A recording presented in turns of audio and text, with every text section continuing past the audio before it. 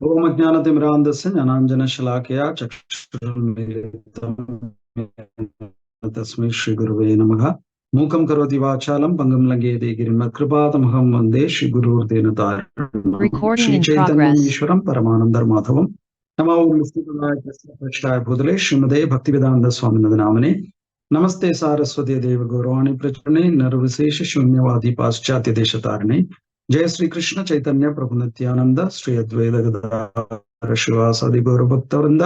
हरे कृष्णा कृष्ण कृष्ण हरे हरे, हरे राम राम राम हरे हरे।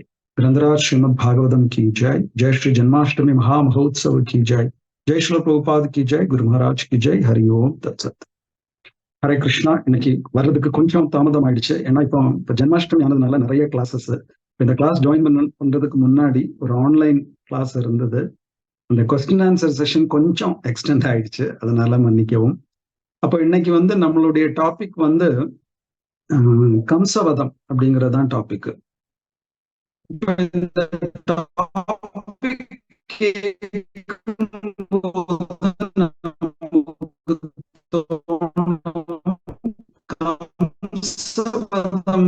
இவ்வளவு தூரம் பேசுறதுக்கு என்ன இருக்கு? பகவான் போனாரு, கம்சனை போனாரு, கம்சவதம் ஸ்டார்ட் ஆகுறது எங்கன்னு.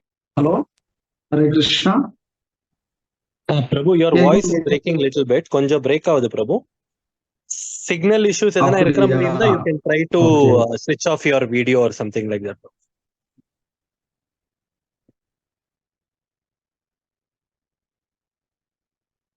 ஆமா, இப்போ ஓகேயா? ஓகே பிரபு. Yes Prabhu. Yes Prabhu. சரி, இடையில ரொம்ப பிரேக் ஆச்சுன்னா சொல்லுங்க. அப்போ இந்த கம்சவதம்ங்கிறது ஆரம்பிக்கிறது எங்க இருந்து அப்படின்னு கேட்டா, அக்ரூரர்ல இருந்து அது ஸ்டார்ட் ஆகுது. ஏன்னா கம்சன் நிறைய பேரை அனுப்பிச்சு பார்க்கிறாரு பிருந்தாவனத்துக்கு. ஆனா பகவானை எதுவுமே பண்ண முடியல. கடைசி அவருக்கு என்ன ஐடியா, அது ஒரு நல்ல ஐடியாவும் கூட. அவரு கம்சர் என்ன பண்றாருன்னா, ஒரு பக்தனை அனுப்பிச்சுக்கிறாரு பகவானை கூட்டிட்டு வர்றதுக்கு. இவ்வளவு நாள் அனுப்பிச்சதெல்லாம் அசுரர்கள், அவங்களால எதுவும் பண்ண முடியல. ஒரு பக்தரை அவரு அனுப்புறாரு, அவருதான் அக்ரூரர். இப்ப பக்தரை ஏன் அனுப்பணும் அப்படின்னு கேட்டா, இப்போ பொதுவாவே நமக்கு ஒரு நிறைய பேருக்கு, நிறைய பக்தர்களுக்கு என்ன ஒரு டவுட்னா, இந்த பகவானுக்குன்னு ஒரு ஒரு ஒரு ஐடியா இருக்கும், ஒரு பிளான் இருக்கும் எல்லா விஷயத்திலையும். அதை பகவான் மாத்துவாரா? மாத்த மாட்டார் இல்லையா? காரணம் அவருடைய பிளான் தான் சுப்ரீம் பிளான். அதை மாத்த முடியுமா அப்படிங்கிற ஒரு இது வரும். இப்ப நம்ம பாகவத்துல கூட இந்த நவம ஸ்கந்தத்துல பார்த்தா, சுகதேவ கோஸ்வாமி பரீட்சித் மகாராஜாவுக்கு அப்புறம் அவருடைய குழந்தைகள் ஜனமேஜயன் ஒரு சர்ப்ப யாகம் நடத்துவாரு. அது கழிஞ்சு ஜனமேஜயனுக்கு இந்த மாதிரி சில பிரச்சனைகள் வரும். ஜனமேஜயனுக்கு இந்த மாதிரி குழந்தைகள் இருக்கும், அவங்க இப்படி பண்ணுவாங்க அப்படின்னு பரீட்சித்துக்கு அப்புறம் வர்ற பெரிய வம்சாவளிய சுகதேவ கோஸ்வாமி சொல்றாரு. அப்ப இதெல்லாம் ஆல்ரெடி பிளான்டு தானே. பகவானுடைய ஒரு பிளான் ஒண்ணு இருக்கு இல்லையா? அது மாறுமா அப்படின்னு கேட்டா மாறும். பகவானுடைய பிளானை மாத்துறதுக்கான சக்தி பக்தர்களுக்கு உண்டு. அதுக்கு ஒரு உதாரணம் என்னன்னா, இப்ப பிரதம ஸ்கந்தத்துல நம்ம பார்த்தா, ஃபர்ஸ்ட் கேண்டல பார்த்தா, பகவான் இந்த உத்தராவுடைய கர்ப்பத்துல இருக்கிற பரீட்சத்தை எல்லாம் சம்ரக்ஷணம் பண்ணியாச்சு, எல்லாம் நல்லபடியா முடிஞ்சாச்சு. பகவான் திரும்ப துவாரகைக்கு போறதுக்கு கிளம்பியாச்சு, வெளியில வந்தாச்சு, கொட்டாரத்தை விட்டு வெளியில ரதத்துல ஏறையாச்சு. அந்த டைம்ல உத்தரா பரீட்சத்தை காப்பாத்தணும்னு சொல்றாங்க. குந்தி தேவி ஸ்துதி பண்றாங்க. எல்லாம் பண்ணி முடிச்சுட்டு அவங்க என்ன ஒரு வேண்டுகோள் வைக்கிறாங்கன்னா, நீங்க இன்னும் கொஞ்ச நாள் எங்க கூட இருக்கணும், நீங்க இப்படி உடனே எங்களை விட்டுட்டு போகக்கூடாது அப்படின்னு ஒரு வேண்டுகோள் வச்சதும் பகவான் அதை அக்செப்ட் பண்றாரு.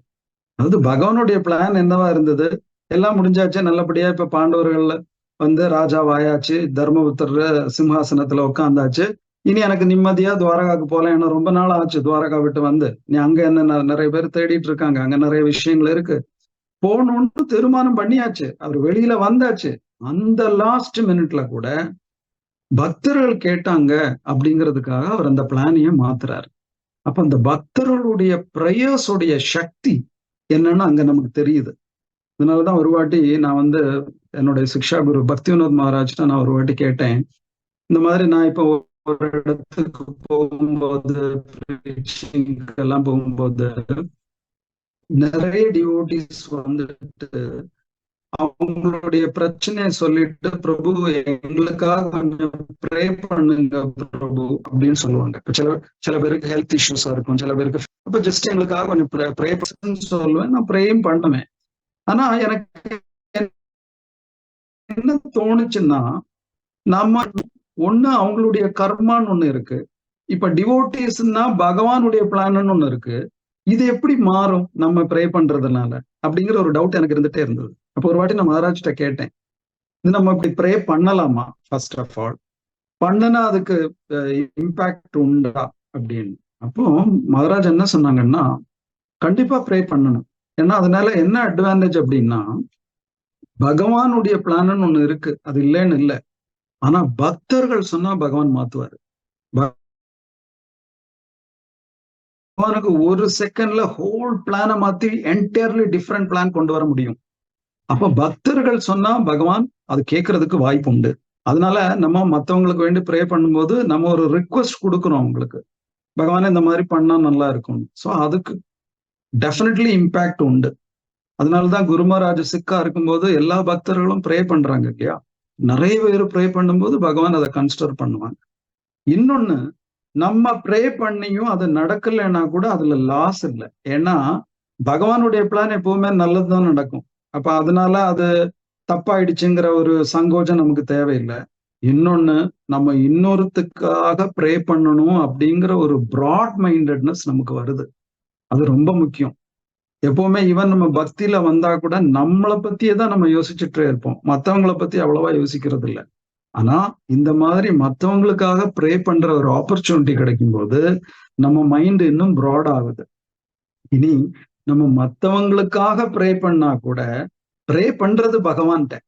அப்ப அந்த டைம்ல நம்ம ப்ரே பண்ற டைம்ல நம்ம பகவான் கிட்ட கனெக்டட் ஆகும். அப்ப அப்படி பார்த்தாலும் நமக்கு நல்லதுதான். ஸோ அதனால மகாராஜ் சொன்னாரு, கண்டிப்பா ப்ரே பண்ணணும், அதுல எந்த தப்பும் கிடையாது, அதுக்கு டெஃபினெட்லி இம்பாக்ட் உண்டு அப்படின்னாங்க. ஸோ அதே மாதிரி இங்க வந்து பகவானுடைய பிளானை மாத்துறதுக்கான சக்தி பக்தர்களுக்கு உண்டு. அப்ப அதனால இந்த கம்சன் என்ன பண்றாருன்னா, அக்ரூரரை வந்துட்டு அனுப்புறாரு, நீங்க போய் பகவானை அழைச்சிட்டு வாங்க அப்படின்னு. அப்ப அக்ரூரர் வந்து ரொம்ப நாளா பகவானை பார்க்கணும், விருந்தாவனத்துல போகணும் அப்படிங்கிற ஆசையோட இருந்தார். அப்போ எவ்வளவோ வேறையும் பக்தர்களை வேணா அனுப்பிச்சிருக்கலாம், ஆனா ஏன் அக்ரூரர் அனுப்பணும் அப்படின்னு கேட்டா, அக்ரூரருக்கு ரொம்ப டீப்பான ஒரு டிசைர் இருந்தது, பகவானை பார்க்கணும் அப்படிங்கிறது. அப்ப அதுல இருந்து நம்ம என்ன கத்துக்கணும்னா, நம்ம ரொம்ப டீப்பா நம்ம டிசைர் பண்றோம்னு வைங்க, அதுவும் ஆன்மீகமான விஷயங்களை நம்ம ரொம்ப ஆழமா நம்ம ஆசைப்பட்டோம்னா பகவான் அதுக்கு தகுந்த மாதிரி பிளானை மாத்தி அதை நடக்கவும் வைப்பார்.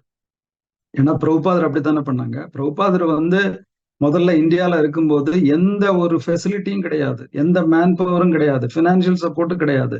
ஆனா மனசுக்குள்ள ஒரு டீப் டிசைர், வெஸ்டர்ன் கண்ட்ரிஸுக்கு போகணும், அங்க போய் கிருஷ்ண கான்சியஸ்னஸ், கிருஷ்ண இயக்கத்தை ஸ்ப்ரெட் பண்ணணும் அப்படிங்கிற அந்த டீப் டிசைர், அது ஒரு நாள் 2 நாள் கனவு இல்லை, எவ்வளவோ வருஷங்களா அவர் கனவு கண்டு ஆசைப்பட்டு அது ஒரு நாள் நடந்தது இல்லையா. ஸோ அதனால இந்த மாதிரி ஸ்பிரிச்சுவல் ட்ரீம்ஸும் ஸ்பிரிச்சுவல் ஆசைகளும் ரொம்ப நல்லது நமக்கு, அதை விட்டுறக்கூடாது. அது மட்டும் இல்ல, நம்மளுடைய கான்சியஸ்னஸ் எது மேல டிபெண்ட் ஆகும் அப்படிங்கிறத கேட்டா நம்மளுடைய ஆசைகள் மேலதான் டிபெண்ட் ஆகும். நம்ம எந்த அளவுக்கு ஸ்பிரிச்சுவலான ஆசைகள் வைக்கிறோமோ அந்த அளவுக்கு நம்மளுடைய கான்சியஸ்னஸும் ஸ்பிரிச்சுவலா இருக்கும். இப்போ உதாரணத்துக்கு, நம்ம ஒரு சண்டே அன்னைக்கு வந்து ஹாலிடே, நமக்கு லீவு, நம்ம என்ன நினைக்கிறோம், டெய்லி நம்ம வெளியில தான் சாப்பிட்டோம், இன்னைக்கு நம்ம நல்லா இங்க வீட்லயே குக் பண்ணி நல்லா சாப்பிடணும், நல்ல திருப்தியா வயிறார சாப்பிடணும் அப்படின்னு ஒரு ஆசை காலையில சண்டே மார்னிங் நமக்கு வந்ததுன்னா நம்ம என்ன பண்ணுவோம், சரி என்னென்ன ஐட்டம் பண்ணலாம், சரி அதுக்கு என்னென்ன ஐட்டம்ஸ் பண்ணணுமா, அப்ப எங்க போய் ஷாப்பிங் பண்ணலாம், சரி ஷாப்பிங் இங்க பண்ணா நல்லா இருக்குமா, அங்க பண்ணா நல்லா இருக்குமா, எங்க சீப் அண்ட் பெஸ்டா கிடைக்கும், சரி ஷாப்பிங் பண்ணியாச்சு, அது நம்ம இது எப்படி விதவிதமா பண்ணலாம், இது இந்த மாதிரி ஒரு டிஷ் பண்ணணும்னு நம்ம ஆசைப்பட்டுருவோம், அது நான் ஒரு ஐடியா வச்சிருக்கேன், யூடியூப்ல ஏதாவது இதை பத்தின வேற ஏதாவது ஒரு மெத்தட்ஸ் இருக்கா, குக்கிங் எப்படி பண்ணலாம் அப்படின்னு, இந்த பன்னீர் சப்ஜி இப்படியே பண்ணணுமா, இன்னொரு விதத்துல பண்ணலாமா, சரி, இப்ப யூடியூப்ல சர்ச் பண்றோம், அது பண்றோம், இதெல்லாம் பண்ணியாச்சு. அது கழிஞ்சு நம்ம அது ஒரு போட்டோ எடுத்துட்டு உடனே நம்ம வாட்ஸ்அப்ல நம்ம ஷேர் பண்றோம் நம்ம ஃப்ரெண்ட்ஸ்க்கு, நான் பாரு இதெல்லாம் பண்ணியிருக்கேன், நம்ம டேஸ்ட் பண்றோம், அப்புறமா ஃப்ரெண்ட்ஸு கூட அதை பத்தி பேசுறோம்.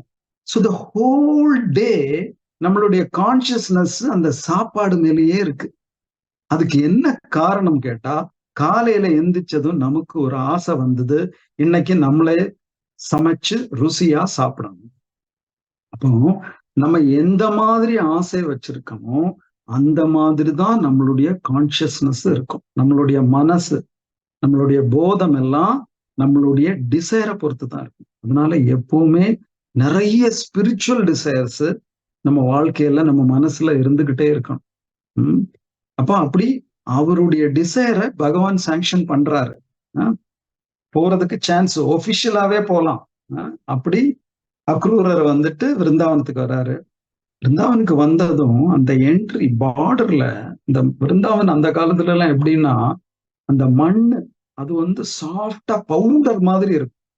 நம்ம கால் அதுல வச்சா அப்படியே அது கொஞ்சம் உள்ள போகும். பவுடர் மேல கால் போட்ட டால்கம் பவுடர் மேல கால் வச்சா எப்படி இருக்குமோ அந்த மாதிரி சாஃப்டா ஒரு கூல்னஸோட இருக்கும். இப்ப அந்த மாதிரி நிறைய இடம் அங்க இல்ல. இப்ப கூட அந்த ரமன் ரதி அந்த மாதிரி சில இடத்துல அப்படி வச்சிருக்காங்க. அப்ப அந்த மாதிரி இடத்துல அந்த பார்டர்ல போனதும் அவர் என்ன பாக்குறாருன்னா, இந்த மண்ணுல நிறைய பாத முத்திரைகள் பாக்குறாரு. கவனமா பார்த்ததும் அது பகவானுடைய பாத முத்திரை. உடனே அங்க கிடந்து உருள்றாரு, பிறல்றாரு, அழுறாரு, பயங்கர ஒரு எக்ஸ்டட்டிக் பிளிஸ்ஃபுல் ஸ்டேட்டுக்கு போயிடுறாரு.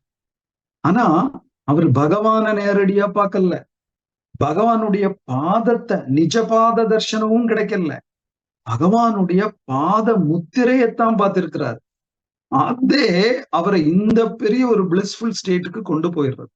இப்ப அதுல இருந்து என்ன தெரியுதுன்னா, நம்ம உள்ள பக்தி இருந்ததுன்னா அந்த பக்தியை வெளிக்கொண்டு வர்றதுக்கு ஏதாவது ஒரு சின்ன விஷயம் போதும், பெரிய விஷயங்கள் எல்லாம் வேண்டாம். இப்போ சைத்தன்ய சரிதாமிரதத்துல கூட பார்த்தா புண்டரீக வித்யாநிதி அப்படின்னு ஒரு கிரேட் டிவோட்டி, அவரை வந்து கதாதர் பண்டிட் பார்க்க போறாரு. பார்த்தா அவர் பெரிய லக்ஸூரியஸ் லைஃப் வாழ்ந்துட்டு இருக்கிறாரு, சப்ரமஞ்ச கட்டுல உட்கார்ந்து இருக்கிறாரு, பெரிய சில்க் க்ளோத்ஸ் போட்டிருக்கிறாரு, தாம்பூலம் சியூ பண்ணிட்டு இருக்கிறாரு. அப்ப இவரை பார்த்து நினைக்கிறாரு இவரு டிவோட்டியா. ஆனா ஒரு பாகவத்துல இருந்து ஒரு ஸ்லோகம் சொன்னதும் அப்படியே அவர் ஆளே மாறிடுறாரு. கண்ணுல இருந்து தாரதாரையா கண்ணீர் வருது, அவர் கீழே விழுந்து அழுறாரு, கிருஷ்ணான் கூப்பிடுறாரு. அப்போ ஒரு சின்ன இதுதான், அந்த இது வந்ததும் அவருடைய பக்தி வந்து வெளியில வர்றது. அப்போ பெரிய பெரிய பக்தர்களுக்கு ஒரு சின்ன விஷயம் அவங்கள உள்ள இருக்கிற அந்த பக்தியை வெளிக்கொண்டு வருது. இனி பக்தி அந்த அளவுக்கு இல்லாதவங்களுக்கும் கூட பகவானும் கூட கனெக்டடான விஷயங்கள் வந்து அவங்க உள்ள பக்தியை வளர்க்கறதுக்கு ஹெல்ப் பண்ணும். அதுக்கு இன்னொரு உதாரணம் சொல்லப்போனா, இந்த சனத்குமார ரிஷிகள் இருக்காங்க இல்லையா, அவங்க வந்து முதல்ல பியூர் டிவோட்டிஸ் இல்லை. அவங்க வந்து நிராகாரம் பிரம்மம் அப்படின்னு எல்லாம் போனவங்க. ஆனா அவங்க எப்படி பியூர் டிவோட்டிஸ் ஆனாங்கன்னா, பகவானுடைய பாத துளசியுடைய அந்த சுகந்தம் எப்ப அவங்களுக்கு கிடைச்சதோ அப்ப அவங்கள மாறிட்டாங்க, ஆளே மாறிட்டாங்க, பியூர் டிவோட்டிஸ் ஆயிட்டாங்க. அப்போ இதெல்லாம் ரொம்ப முக்கியம். இப்ப இஸ்கான்ல பிரபுபாத் வந்து எல்லாம் பக்காவா டிசைன் பண்ணி வச்சிருக்காங்க. இப்ப வந்து ஆரதி நடக்குது.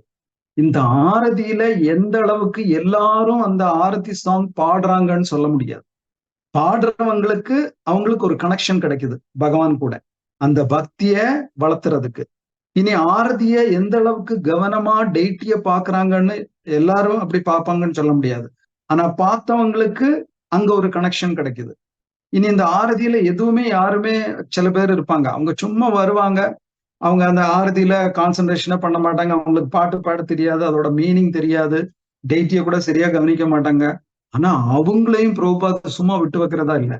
என்ன பண்றாங்க, ஆரத்தி முடிஞ்சதும் அந்த ஜலம், அந்த பகவானுக்கு ஆஃபர் பண்ண ஜலத்தை எல்லாருக்கு மேலேயும் ஸ்ப்ரிங்கிள் பண்றாங்க. அந்த ஜலம் அந்த ஒரு நபருடைய மேல் படும்போது அது கனெக்ஷன் ஒரு எஸ்டாப்ளிஷ் ஆகும் அங்க பகவான் கூட. அதுபோல பகவானுக்கு ஆஃபர் பண்ற அந்த புஷ்பங்களை வந்து எல்லாருக்கும் கொடுக்குறாங்க. நீங்களும் மோந்து பாருங்க, அதோடைய சுகந்தம் அது நம்மளுடைய பக்தியை வளர்த்தும். அந்த ஆரதி அந்த தீபத்தை வந்து எல்லாருக்கும் காட்டுறாங்க, அதை தொட்டு கும்பிடுங்க, அது பக்தியை வளர்த்தும். நரசிம்ம பகவானுக்கு சுகந்தம் அந்த சென்ட் ஆஃபர் பண்ணிட்டு அது எல்லாருக்கும் கையிலயும் தேய்ச்சி விடுறாங்க. அதன் மோந்து பாருங்க, அது உங்களுடைய பக்தியை வளர்த்து. அப்ப பிரபுபாதருடைய கருணையை பாருங்க, எப்படியாவது இன்ட்ரெஸ்ட் இல்லாதவங்களை கூட கொஞ்சம் கொஞ்சமா பக்தியில கொண்டு வரணும். அப்ப இதெல்லாம் ஹெல்ப் பண்ணும். பிரபுபாது கொண்டு வந்திருக்கிற எல்லா சிஸ்டத்துக்கும் ஒரு மீனிங் இருக்கு, எதுவுமே மெக்கானிக்கல் கிடையாது. அப்போ இங்க இந்த பாத முத்திரைகளை பார்த்ததும் இவர் ஒரு எக்ஸ்டட்டிக் ஸ்டேஜுக்கு போடுறாரு, அந்த மண்ணுல கிடந்து பெறல்றாரு, பகவானுடைய பாதம் பகவானுடைய பாதம் அப்படின்ட்டு. அப்படி அவர் ரொம்ப சந்தோஷமா கடைசி பகவான்கிட்ட போறாங்க. பகவான் அவர்கிட்ட எல்லாம் கேட்கிறாங்க, எப்படி நடக்குது, எல்லாரும் சுகமா, மதுரையில எல்லாரும் நல்லா இருக்காங்களா, அப்படி எல்லாம் விசாரணை எல்லாம் பண்ணிட்டு கடைசி அவங்க கிருஷ்ணனும் பலராமனும் அக்ரூர் கூட போறதுக்கு ரெடி ஆயிட்டாங்க. இதுக்கடையில நிறைய விஷயங்கள் நடக்குது. ஆனா மெயின் ஆயிட்டு இப்போ அக்ரூர் கிருஷ்ணனை அழைச்சிட்டு போறதுக்கு ரெடி ஆயிட்டாங்க. அப்ப இந்த கோபிகா ஸ்திரீகள் எல்லாம் ரதத்தை மறைக்கிறாங்க. அவங்க இந்த ரதம் முன்னாடி படுத்துறாங்க. நம்ம விருந்தாவனத்துக்கெல்லாம் இந்த பரிக்கிரமா போகும்போது இந்த ரதம் எங்க போன இடம், கோபிகா ஸ்திரீகள் படுத்து கிடந்து அந்த ரதத்தை மறைச்ச இடம், அதெல்லாம் அது இப்போ இருக்கு. அப்ப அவங்க கீழே விழுந்து கிடக்குறாங்க. நீங்க என்னை தாண்டி ரதத்தை என் மேல ஏத்திட்டு போங்க, பகவானை கொண்டு போனா நாங்க உயிரோடவே இருக்க மாட்டோம். நீங்க அக்ரூரன் இல்ல குரூரன் அப்படிங்கிறாங்க. குரூரன்னா ரொம்ப குரூவல் பர்சன், அக்ரூரன்னா குரூவலிட்டி இல்லாதவர்னு அர்த்தம். நீங்க உங்களுக்கு தப்பா பேர் வச்சுட்டாங்க, நீங்க அக்ரூரன் கிடையாது, நீங்க மகா குரூரன் அப்படின்னு கோபிகா ஸ்திரீகள் சொல்றாங்க. ஆனா பகவான் அவங்கள சமாதானப்படுத்திட்டு சொல்றாங்க, நீங்க நான் சீக்கிரமா வந்துடுவேன், நீங்க தைரியமா இருங்க, நீங்க இங்கேயே எனக்காக எதிர்பார்த்துட்டு இருங்க, நான் கண்டிப்பா திரும்ப வருவேன், எனக்காக நீங்க எதிர்பார்த்துட்டு இருங்க அப்படின்னு சொல்லிட்டு போறாங்க.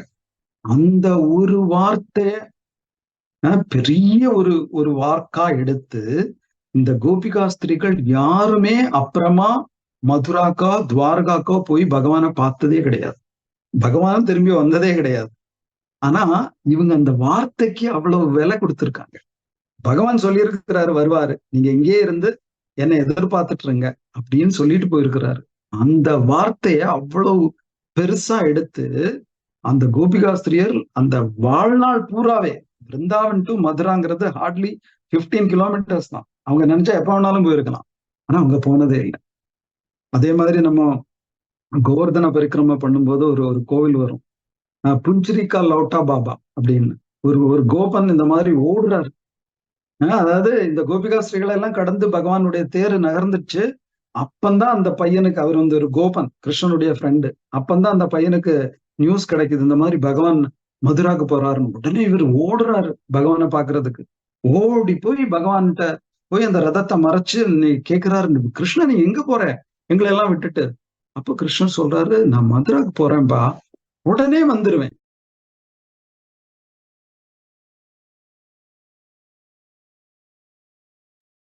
Prabhu, you are in mute, Prabhu. Hare Krishna, Prabhu. Mute le irukking, Prabhu. Hare Krishna. Hare Krishna. Hare Krishna, Prabhu. Mute le irukking, Prabhu. Hare Krishna. கேளுஸ்தா இல்ல பிரபு. ரொம்ப சீரியஸா எடுத்து அது பின்னால சொல்லுங்க பிரபு, கொஞ்ச நேரம் நீங்க மியூட் ஆயிட்டு இருந்தீங்க. அப்படியா? அந்த ஃப்ரெண்ட் கேட்டது சொல்லுங்க. ஓகே. அந்த ஃப்ரெண்டு கேக்குறாங்க, நீங்க எப்போ வருவீங்க, ஏன் எங்க போறீங்க அப்படின்னு. அப்ப கிருஷ்ணர் சொல்றாரு, இல்ல நான் மதுராக்கு ஒரு வேலையா போறேன், நான் சீக்கிரமா வந்துருவேன். சீக்கிரமா வந்துருவேன் இல்லையா, அப்ப நான் இங்க வெயிட் பண்றேன், நான் இங்கேயே வெயிட் பண்றேன், நம்ம ஒன்னா சேர்ந்து பிருந்தாவனத்துக்கு போயிடலாம் அப்படின்னு அவரு வெயிட் பண்றாரு. இப்ப கூட அவர் அங்கேயே வெயிட் பண்ணிட்டு இருக்கிறாரு, பகவான் வருவாரு அப்படின்னு எதிர்பார்த்துட்டு. அப்போ பகவான் மேல இந்த அளவுக்கு ஈடுபாடு அவங்களுக்கெல்லாம். அப்படி அக்ரூர் அப்படி கொண்டு போயிடுறாரு. அவரு மதுராக்குள்ள பிரவேசம் பண்றாரு. அப்போ பகவான் சொல்றாரு, இந்த மாதிரி நான் இங்க கொஞ்சம் எல்லாம் சுத்தி பார்த்துட்டு வரேன். ஏன்னா அந்த காலத்துல மதுராங்கிறது பெரிய சிட்டி, விருந்தாவனுங்கிறது ஒரு குக்கிராமம், வில்லேஜ். அப்ப இந்த வில்லேஜ்ல இருந்து சிட்டிக்கு போறவங்களுக்கு எல்லாம் ஒரு ஆசையா இருக்கும், சிட்டியெல்லாம் கொஞ்சம் சுத்தி பார்க்கணும் அப்படின்ட்டு. நான் கொஞ்சம் சுத்தி பார்த்துட்டு வரேன், நீங்க வீட்டுக்கு கிளம்புங்க அப்படின்ட்டு விருந்தாவர அக்ரூரா அனுப்பிடுறாங்க பகவான். அப்படி அந்த இடத்துல 4 பேரை அதாவது கம்சன்ட்ட போக முன்னாடி பகவான் வந்து 4 பேரை மீட் பண்றாங்க. ஃபர்ஸ்ட் ஆளு யாருன்னு கேட்டா ரஜகன். ரஜகன்னா அந்த கம்சனுடைய கிளோத்ஸ் எல்லாம் வாஷ் பண்ற வாஷர்மேன். அப்ப அவர்கிட்ட போயிட்டு, எனக்கு இந்த மாதிரி சிட்டில வந்திருக்கேன், நாங்க எல்லாம் சிம்பிளா ட்ரெஸ் பண்ணியிருக்கோம், இந்த சிட்டிக்கு தகுந்த மாதிரி கொஞ்சம் ட்ரெஸ் கொடுங்களேன் அப்படின்னு கேட்கிறாரு. அந்த ரஜகன் வந்து சொல்றான், அதெல்லாம் கொடுக்க முடியாது, இது கம்சன் ராஜாவுடைய ட்ரெஸ், அதெல்லாம் உனக்கெல்லாம் கொடுக்க முடியாது அப்படின்னு சொன்னதும் பகவானுக்கு கோவம் வந்து, பாகவத்துல போட்டிருக்கு, அந்த upper side of his hand, அந்த upper side of his hand வச்சு ஒரு தட்டு தட்டுறாரு. தலை உடல்ல இருந்து வேறுபட்டுருது. அப்படி உடனே இறந்துடுறான். அது ரஜகன். அடுத்தது நெக்ஸ்ட் அவர் வந்து யாரை மீட் பண்றாருன்னா வாயக்கன் அப்படின்ட்டு. வாயக்கன்னா வீவர், வீவிங் பண்றவங்க, அதாவது கிளோத்ஸ் எல்லாம் வீவ் பண்றவங்க, அதுக்கு வாயக்கன் சொல்லுவாங்க. அவரை மீட் பண்ணி இந்த மாதிரி இந்த ட்ரெஸ் எல்லாம் எடுத்தாச்சு இல்லையா ரஜகன்ட்ட இருந்து, அது வந்து லூஸா தொலையா இருக்கு, ஏன்னா பெரிய சைஸ், இவங்கள சைஸ்ல தச்சது இல்லை. அப்ப அவரு சொல்றாரு, இது ரொம்ப தொலையா இருக்கேன், நான் அது உங்க சைஸுக்கு செட் பண்ணி கொடுக்குறேன்னு அவர் அதை செட் பண்ணி கொடுக்குறாரு. ஸோ அவருக்கு பிளஸ் பண்ணிட்டு போறாரு பகவான். அடுத்தது மாலாக்காரன் அப்படின்னு ஒருத்தர், அவர் வந்து மாலை பண்றாரு. அவர் பெரிய பக்தர். அவர் வந்து இப்ப மதுரால வந்து கேசவ சுவாமியுடைய கோவில் இருக்கு. இப்ப கூட நம்ம மதுரா ஜன்மஸ்தான் போயிட்டு நம்ம வெளியில இறங்கும் போது ஒரு பெரிய கோவில் இருக்கு, கேசவ சுவாமியோட கோவில், ஆதிகேசவன் சொல்லுவாங்க. அந்த கோவில்ல சேவை பண்ணிட்டு இருந்தவர். இப்ப டெய்லி ஆதிகேஸ்வர சுவாமிக்கு இவர் மாலை கோத்து கொடுப்பாரு. ஆனா கம்சன் வந்ததுக்கு அப்புறம் இருந்து இந்த மாலையெல்லாம் கம்சனுக்கு போகுது. இப்ப அவருக்கு ரொம்ப மனசு கஷ்டமா இருக்கு. அப்ப பகவான் வந்து இந்த மாலையை கொடுப்பேன்னு கேட்டது உடனே கம்சனுக்காக பண்ணி வச்சிருந்த மாலையை பகவானுக்கு கொடுத்துட்றாரு. அவரை பிளஸ் பண்றாரு. அடுத்தது திரிவக்ரா அப்படின்ட்டு ஒரு லேடியை மீட் பண்றாங்க பகவான். திரிவக்ரான்னா அந்த பேர்லயே இருக்கு, அவங்க பாடி வந்து 3 இடத்துல பெண்டா இருக்கும். இந்த லேடியை பார்த்ததும் பகவான் என்ன சொல்றாருன்னா ஜெகத் சுந்தரி அப்படின்னு கூப்பிடுறாரு. பாகவத்துல இருக்கு, பகவான் அந்த லேடியை பார்த்து ஜெகத் சுந்தரிங்கிறாரு. அப்ப இந்த லேடிக்கு வந்து ரொம்ப மனசு கஷ்டமாயிடுங்க, எல்லாரும் என்ன கேலி பண்றாங்க, கிருஷ்ணா நீமா கேலி பண்ற அப்படின்னு கேக்குறாங்க. அப்பன்னு சொல்லி, இல்லையே நீ ஜெகத் சுந்தரி தான், யாரு சொன்னா, இங்க வா பக்கத்துல வா அப்படின்னு அவங்களுடைய பாதத்தை மிதிச்சு, ஒரு காலால மிதிச்சு கையால இந்த சின்ன இப்படி தூக்குறாரு. டக் டக் டக்குன்னு 3 சவுண்டு கேக்குது. நிஜமாவே ஜெகத் சுந்தரி ஆயிடுறாங்க. அவங்களுடைய கூனெல்லாம் போய் ரொம்ப அழகியாயிடுறாங்க. அப்போ அவங்களுக்கு ஏன் அந்த ஆசீர்வாதம் கொடுக்குறாங்கன்னா பகவான் கேட்கிறாரு, நீ யாரு? அப்போ அந்த அம்மா சொல்றாங்க, நான் வந்து சந்தனம் மறைக்கிறவா, கம்ச ராஜாக்காக சந்தனம் மறைச்சு கொண்டு போறேன், அது எனக்கு கொஞ்சம் கொடுக்க முடியுமா? அதுக்குன்னு அப்படின்னு கம்சனுக்காக அரைச்ச சந்தனத்தை எந்த சங்கோஜமும் இல்லாம கொடுக்குறாங்க. அதை வாங்கி பூசிக்கிறாங்க பகவான்.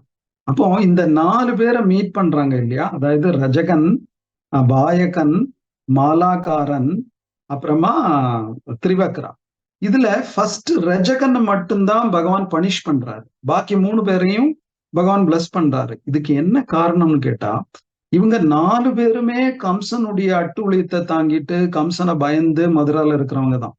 இந்த 4 பேருமே கம்சனுக்கு சேவை பண்றவங்க தான். இந்த ரஜகன் என்ன பண்ணியிருக்காரு, அவர் வந்து கம்சனுக்கு பயந்து பகவானுக்கு சேவை பண்ணல. ஆனா மத்த 3 பேரும் கம்சன் என்ன வேணாலும் பண்ணட்டும், கம்சனுக்கு சிலப்ப கோபம் வரலாம். இப்போ திரிவக்ரா வந்து கம்சனுக்காக அரைச்ச சந்தனத்தை பகவானுக்கு கொடுக்குறாங்க, கம்சனுக்கு கண்டிப்பா கோபம் வரும். கம்சனுக்கு கோபம் தான், கோபம் வரட்டும், அவர் என்ன பண்ணிடுவாரு, என்ன கொன்னிடுவாரா, தூக்கில போட்டுருவாரா, போட்டோம், இது ஒரு சான்ஸ் பகவானுக்கு சேவை பண்றது அப்படின்னு பண்ணாங்க இல்லையா. உயிரை கூட தியாகம் பண்ணி பகவானுக்கு சேவை பண்ணணும் அப்படிங்கிற ஒரு மனப்பான்மை இருந்தது இல்லையா. அதனாலதான் பகவான் அவங்க 3 பேரையும் பிளஸ் பண்ணியிருக்காங்க. அப்ப நம்ம எல்லாம் வாழ்க்கையில பார்த்தா நமக்கு உயிரை தியாகம் பண்ணி எல்லாம் சேவை பண்ண தேவையில்லை, நமக்கு உயிரோட இருந்தே நிறைய சேவைகள் வருது. அந்த சேவைக்கான மகத்துவம் பகவான் அந்த சேவைக்கு எந்த அளவுக்கு முக்கியத்துவம் கொடுக்குறாருங்கிறதுக்கும் எக்ஸாம்பிள் தான் இந்த 3 டிவோட்டிஸும். அதாவது நம்ம எவ்வளவுதான் கிளாஸ் கேட்டாலும் புக்கு படிச்சாலும் எல்லாம் அது ரியலைசேஷன் அப்படிங்கிற ஒரு ஸ்டேஜுக்கு வந்தாதான் அது நமக்கு பயன்படும். இல்லைன்னா நம்ம பண்டிட்டாவா இருப்போம். பகவத்கீதையில டாக்டரேட் எல்லாம் கிடைச்சிரும், பக்தி சாஸ்திரி சர்டிபிகேட் எல்லாம் கிடைச்சிரும், பக்தி வைபவ் சர்டிபிகேட் எல்லாம் கிடைச்சிரும். ஆனா நம்மளுக்குள்ள டிவோஷன் வராது சில சமயத்துல. ஏன்னா அது ரியலைசேஷன் அப்படிங்கிற சாட்சாத்காரம் அப்படிங்கிற ஸ்டேஜுக்கு போகாததுனால.